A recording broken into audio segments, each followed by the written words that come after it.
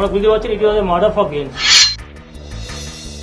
29 March ইকবালপুরের এই flat থেকেই রহস্যজনকভাবে নিখোঁজ হন পুষ্পা সিংহ এবং তার দুই মেয়ে প্রদীপ্তি ও আরাধনা। দুই মেয়ের একজনের বয়স 14 এবং আরেকজনের বয়স 12। 31 মার্চ পুষ্পার বাপের বাড়ির তরফে ইকবালপুর থানায় অপহরণের অভিযোগ দায়ের করা হয়। জোর করে ফ্ল্যাট হাতিয়ে নিতেই তাদের অপহরণ করা হয়েছে বলে সন্দেহ প্রকাশ করে তারা। তদন্ত নেমে শনিবার স্থানীয় ব্যবসায়ী সিকন্দরকে আটক করে পুলিশ।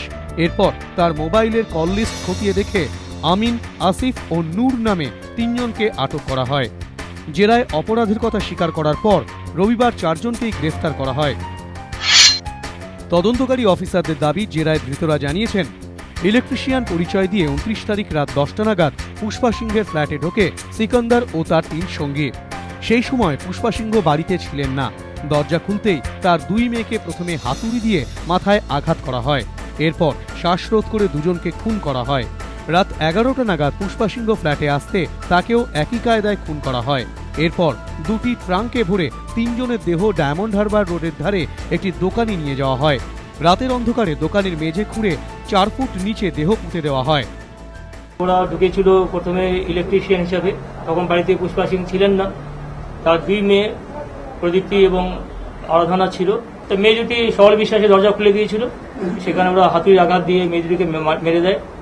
খানিক পরে ওদের মা যখন ভেতরে আসেন, হাতুড়ির আঘাতে তাকে মেরে ফেলে। পুলিশ জানিয়েছে ইকবালপুরের এই ফ্ল্যাটটি সিকন্দরের কাছ থেকে 7 লক্ষ টাকায় কিনেছিলেন পুষ্পা সিংহ, কিন্তু পরে ওই ফ্ল্যাটটি আবার পুষ্পার কাছ থেকে কিনতে চেয়েছিলেন সিকন্দর। ফ্ল্যাটের দর নিয়ে বিবাদের জেরেই এই খুন। যখন ফ্ল্যাটটা বিক্রি করার প্রস্তাব দেন, তখন এই সিকান্দারই বলে যে ফ্ল্যাটটা তুমি আমাকে 13 লাখ টাকায় দাও। তো পুষ্পা সিং রাজি ছিলেন না ফ্ল্যাটটা তাকে 13 লাখ টাকায় দেওয়ার জন্য। তখন সে ঠিক করেছিল যে ওকে তাহলে একমাত্র পথ হচ্ছে ওকে সরে দেওয়া। খুনের নেপথ্যে বড়সড় কোনো প্রমোটার চক্রের হাত রয়েছে কিনা তা খতিয়ে দেখছে পুলিশ।